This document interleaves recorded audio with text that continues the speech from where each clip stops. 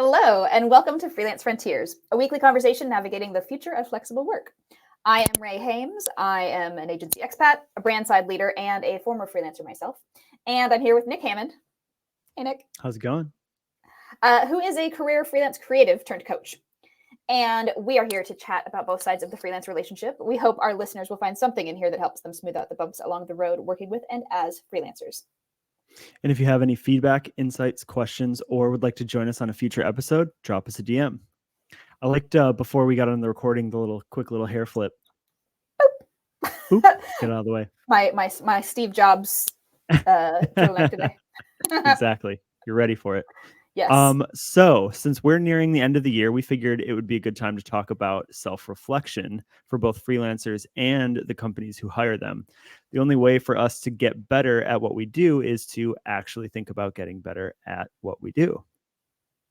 Ain't that the truth? Yeah, so let's jump into it. We are recording this in November. So a lot of people I know are in the thick of performance reviews and planning season. It's definitely Q4 time to be thinking about how things went this past year and where things are headed next year. And one of the major differences that we've talked about in the past between full-time and freelance roles is that full-time roles usually come with a pre-existing performance review process and structure. There's a roadmap in place. And freelancers, by and large, have to build their own systems for self-assessment, which is always really tricky because, and I've done this, it's like writing a test and then taking it, but without being biased about writing it in the first place.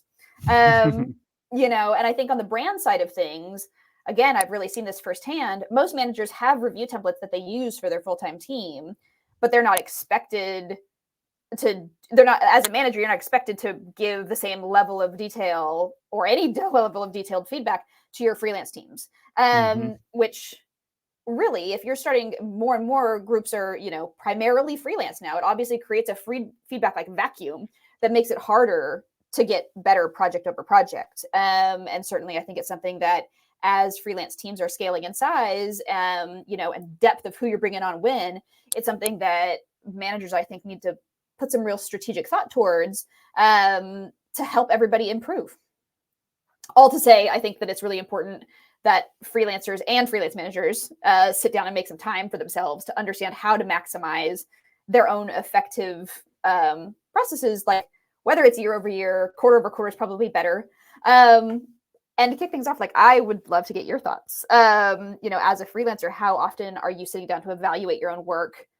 How do you go about that? And have you ever been in a freelance role where you've had a more formal review system put in place? All great questions. So I've actually just started to kind of build out more time each week into my own calendar, specifically on Fridays. I try to do it at the end of the day for exactly this sort of thing. Before, it would kind of be a little more ad hoc, and at times where it felt like things were either going wrong or were difficult, and it kind of forced you to look backward and figure out what was going on.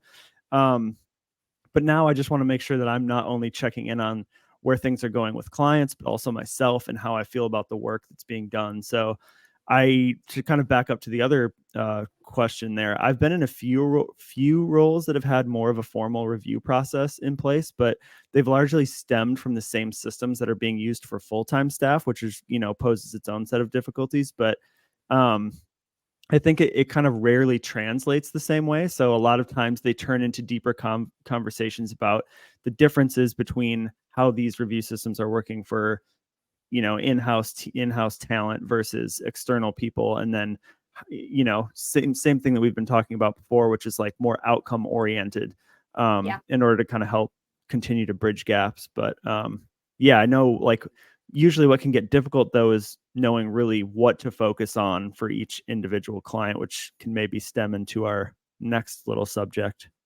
Yeah. Makes sense. But yeah, so I think one of the most obvious things to think about when building a review system for yourself is, and I know it sounds kind of silly, is KPIs for someone personally. Key performance indicators. Performance indicators. Literally any variable that you commit to measuring on regular intervals, regardless of what it is. So Ray, I'm interested to throw it back on you and say, as you were freelancing, did you hold yourself to any specific kind of KPIs? when I was freelancing, I don't even know if I knew the term KPI. It's like such jargon, but it is important. When I was freelancing, I think that there was the short answer is no. The short answer is that like I wasn't super rigorous with how I was evaluating work. And in hindsight, I think that's what held me back from really advancing my own career as a freelancer. Like, and for context, I was a freelancer for a couple years. I was a freelance producer primarily for like digital campaign work. And I had consistent work. I had a handful of consistent clients and intermittent project work. And it was a great experience, but I ended up really formalizing my own bit, like going in a different direction and starting a true startup because I didn't feel like I had the real reins of my career as a freelancer. And part of it, like I said, in hindsight, is because I wasn't necessarily building these systems for myself. I think that if I had to go back and look at this, with more rigor, the things that I would be looking at are, financial KPIs. How many clients do I have? What's the average client contract? Is it repeat or recurring work? Like, can I count on it? What's the predictability of that revenue? And what do new leads look like? Like, what's my sales pipeline? Like, this is truly looking at freelance life as a business. And now that I've run a couple businesses, I think that I have more of those systems in place that I would apply to my freelance life back in the day. I think to layer on to that, definitely the things that I was leading with at the time were emotional. Like, am I interested in this work? Do I find it energizing or do I find it draining? Like, there was definitely projects that I was like, I can't believe somebody's paying me to do this work. I'll do it, but I can't believe, like, why am I spending my time doing that? And there was other projects that I was like, I couldn't sleep at night because I was so interested in the problem at hand. So that has a lot of value for me to keep myself in it. And I think the trickiest one, and I think that this is the thing that I want to spend more time talking about today, are like the actual tangible outputs of my work. Like, is what I'm doing for a client making a difference in their business? And I think it's really important that as more and more, like, let's be honest, like more and more work is getting automated, more and more work, especially in the creative space, is getting consolidated. And we have to be really protective of what we're creating on behalf of our clients. And the only way to do that with, sense of conviction and authority is knowing, is what I'm doing, are they getting more out of my work than what they're paying me for? And the answer should be yes. You shouldn't be selfish about that. It should be, this is my hour, this is my rate. It's covering, putting a roof over my head. And in turn, it's creating value for your business. And so that piece can be really tricky to understand and measure. I think the onus comes back to brands to be able to provide some of that information. But we've talked about this a little bit on this series in the past, of how important it is to map your impact to projects to what you do in the process of getting new business, in the process of knowing if you're, this comes back to the highest level question that we're trying to talk about today, is like, am I effective? I think that more and more brands are going to be looking at that. And certainly freelancers, if they want to build a sustainable career, should be thinking about systems to get that feedback from their customers so that they can have that confidence and be able to go into new business conversations, with that authority. So that's like my, like, in hindsight, I woulda, coulda, shoulda KPIs. Do you have kind of a framework that you look at for yourself? Yeah. So I don't necessarily think I have had this in the past, but seeing what you wrote here, I think mine are pretty much the exact same. Only I thought it was interesting that you had kind of rolled through it as like financial, then emotional, then tangible, because I think subconsciously I actually rolled through these exact same things, only in reverse. And so I think one of the things that pushed me to more of the freelance stuff was wanting to feel like I had more of a say and more of an ownership over outcomes that I didn't necessarily feel like I got into that 9-to-5 environment. And so that's kind of like where I started, was like, continuing to prove my worth and show how the things that I'm doing are affecting a business from an ROI standpoint. And I think the other thing that I realized subconsciously there was that, for me at least, when I focused on those, it not only helped me to prove my worth within whatever specific role I was in, but it also meant that it kind of trickled into those other two buckets that you had mentioned of like emotional and then financial after the fact. And for me, if I have always put kind of the client needs first and make sure that I'm meeting them where they're at, it felt like I could then gut check my emotional, well-being in that situation second. And then also money usually tends to come as a result from it. Yeah. Yeah. All good points. It's interesting because, the hierarchy there probably is subjective. I don't even know if I was kind of jotting that down. I don't know if that's where I would place them as well, but good points. Yeah. So do these things look different kind of from a business perspective or from brands hiring freelancers? I think that's an important question because the answer is yes, right? Like, obviously, businesses are looking at how much am I spending on freelancers? Are they working well within our teams, like on the emotional front? And is their work providing real impact? But there's totally different systems in place to kind of track all of those things. And certainly different departments within a brand, probably have different motivations. So your finance team, your CFO cares about how much you're spending quarter to quarter, and cares about ROI, but does not care about the emotional side of things. Your HR team totally cares, about your team, like, soft skills, like, is everybody vibing well? Budget's less of a concern for them, so it depends on who you're talking to. But I think that if you kind of look at it within the same framework as you'd look at a full-time team, you have kind of two sets of data that you're looking at. One is that kind of HR level information, like, I've been working with this freelancer quarter over quarter. Have they brought new skills to the table? Or simple things like, are they easy to manage? Do they show up to meetings on time? Do they deliver work on time? Those things are really important to a freelance manager relationship, and definitely impact whether or not you're going to get repeat contracts. Yep. But the second piece is business level, right? How did the campaign they work on generate? Did it generate cost-effective leads? Did the app they designed increase user engagement? Because those answers have to be yes for the HR kind of, team dynamic answers to matter. Because otherwise, if you're like, oh, they're a dream to work with, but what they do doesn't move our business forward, what's anybody doing here? Yep. That's just called friends. It is. It absolutely is. I think that the thing that I find to be a really interesting challenge is building systems for ourselves and for, with Team Air, that's like a big focus for what we do, but building systems for brands to measure the impact of their freelance and hybrid teams. Because again, you can look at it from a business perspective. Here's our marketing program. Here's how many our cost per lead. Here's how many organic leads came in. Here's the conversion rates for each. You can look at all of those metrics, but the specific pieces of the puzzle where freelance talent is contributing to your sales funnel, to your awareness campaigns, those are the pieces that putting hard numbers around them helps you understand where to invest in freelance talent in the first place, and where you should be, doubling down and where you should be pulling back. Yeah, I couldn't agree more.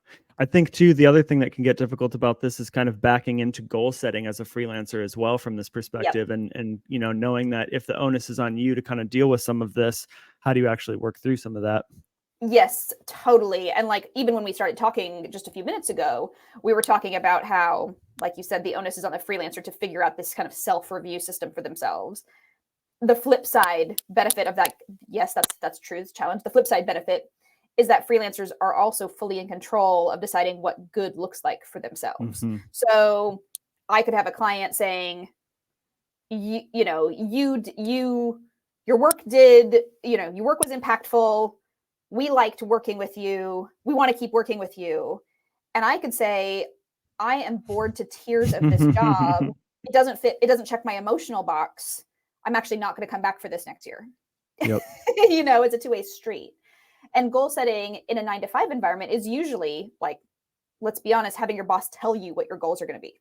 They can say, oh, what do you want to learn? We'll help empower you to learn. It's like, ultimately, they're going to tell you what your goals are based on the department level goals. Mm-hmm.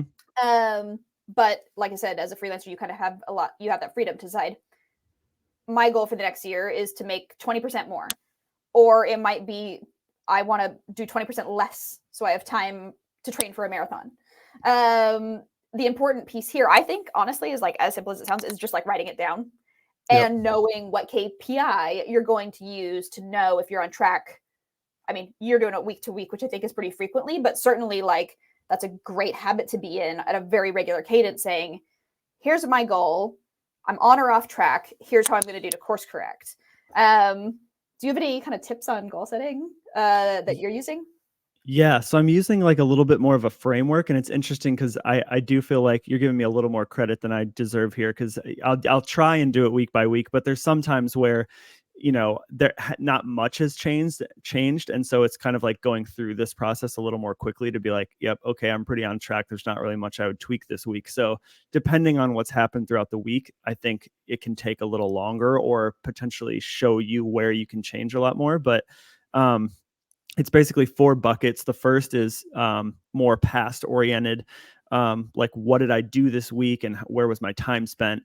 And then there's kind of a quick secondary bucket of journaling, where you're doing a little bit of an audit of like, okay, based on what I did there, how did each of those things, work toward what I was focusing on? And then the third gets into more vision and forward. Is this stuff taking me toward more of these kind of bigger hierarchy type pillars or goals that I'm trying to go after? And then, the fourth is more like actual tactical, what tweaks do I make to get there? And so I think, like I said, some of these can take longer than others depending on the week, but that's kind of like past to present. And then what do I change to keep moving in the right direction? I think that's a great system. You should publish that. But yeah, so do you have any tips for more of the freelance managers on how to think about goal setting across more hybrid teams? Yeah, definitely. And like I said, I think that we're in the midst of seeing huge transitions from fixed full-time teams to really mixed hybrid groups. So it's important for managers to figure out systems that can actually effectively gauge performance with like less traditional setups. I think that it really starts, and it is kind of a waterfall effect. It starts with understanding what your collective business goals are. Like, what is the business trying to do? How does that track to revenue and sales? How does that track to your department's impact? And ultimately backing into specific project goals. Okay, this is our business goal. Here's these initiatives that we're going to do to get us there. And here are how they're going to be chunked out through the course of the year. And then role level goals. So, okay, great. Here's the project that I have. Here's the people who are going to be working on the project. And here's what I need them to do well to make this succeed.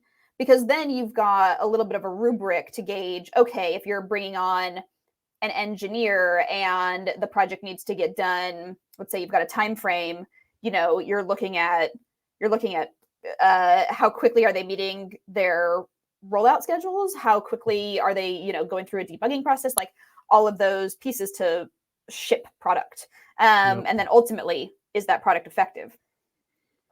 And then I think from there, layering in what soft metrics to track. And this is where it gets super subjective, but you as a manager have to have a really keen sense of self-awareness, I think, to be an effective hybrid team manager, especially because it's different. If you're working with people, the same 3 people day in and day out, you get to know each other's rhythms. They'll figure you out as well. It's a highly likely scenario that you'll have like a quality working relationship. When people are coming in and out of projects, it just takes more emotional effort to be a good leader, to be able to help give them the information they need at the right time. And likewise, they don't have the same opportunity to get to know you and your preferences. So, I think that, again, being aware of what I want, of how I want to work as a manager is really important, because then I can literally tell people. But for me, the soft metrics that I'm looking for, this again sounds soft, but because it is, it's like, does my freelance team need me to keep poking them for projects? Like, hey, is that done? Hey, where are you at? Hey, do you have an update? Or are they really proactive self-managers saying, hey, just FYI, I'll have this to you on Thursday. Hey, I hit a roadblock, but I'm working through it. Can we talk next week? Right? Like, those are all proactive signs that I really appreciate. Do they deliver work on time? Obviously. And literally, does this person make me better at my job? Because why would you hire anybody, full-time or freelance, if they're not going to make you look good? Like, that's it's a tale as old as time, but like, everybody's job is to make their boss look good. And so, I think that is something that doesn't need to sound so like hierarchical, because this also comes in the form of like, are they curious about the business? Are they curious about the ecosystem? Are they coming to the table with like, hey, I saw this the other day, then thought of how this might apply to what we're doing? Because bringing that thoughtful awareness and context back into the fold is a huge value add that freelancers bring to the table, because they're exposed to so many projects outside of working on your full-time team. And so if they're really invested in what they're doing with me and my company, and that shows, I'm so grateful for it. And it makes me feel like they're really aligned, which is great. Yeah. And then the third and last piece here is like, between understanding what your goals are in the first place, your business level goals, project goals, and role level goals, and soft data points that you need to feel like you've got a great team on hand, it's really critical that you develop a system, and it can be super simple, to share out project results to your freelance team. This is like the single biggest thing that I want to talk about to future freelance managers, is share results. Even if somebody's rolled off a project, even if it's a quarter after, the contracts have ended, that the campaign's finally going live, being transparent with what's happened at the end of the day with project results is critical for freelance career growth as we get into a more and more accountable ecosystem. It gives them a sense of ownership over those final results, saying, yeah, I did that, or, oh, I should have optimized, should have done something different. It helps them learn. And it's an excellent system for you as a manager to know when is the right time to bring in freelancers into your team, and when is it not? So it helps, getting into that rhythm helps everybody get better at what they do over time. Yeah. And I think too, that's a key point that I've tried to hammer in to freelancers, specifically on the design side of things as well, is like, where you stand out as top talent now is by being able to showcase the outcomes of these projects. And if you can't get that information, you're kind of left in the dust, because basically any good portfolio at this point, the difference between like an entry level executional role and someone who's going to come in and really be able to help move the needle is exactly that. Because the difference is, absolutely, oh, I can create some output and I can't tell you exactly why or how I did the thing I did, versus, hey, here was the actual problem. Here's how we as a team worked through the difficulties. Here's my level of input into this whole system. And then this is what happened because of it. And now you're able to remove certain aspects of, like, let's say you don't like the visual system I created. Well, it didn't really matter because I solved the goal for the business. And that ultimately is what I'm selling to somebody else. Absolutely. Exactly that. And I think that if we're going to create this kind of flexible ecosystem that is a positive and productive for everybody to work within in the future, it comes down to knowledge sharing. It comes down to being transparent. And it is one more step in your freelance manager to-do list of like, send recap to freelance team. But I think you've got, a real obligation to do that, to help everybody move forward and ultimately learn at every turn. That's what don't gatekeep. Check. Don't gatekeep. Yes, exactly. But we covered a lot of ground on this. We did. I think we could break out all of these into more, which I feel like is the sign of a good episode. Definitely. Well, you want to set us out? Yes. Well, it was great chatting. If you found this useful or not, follow us here or over on LinkedIn for more tips on how you can get the most of working with and as freelance talent. Chat next time. Bye.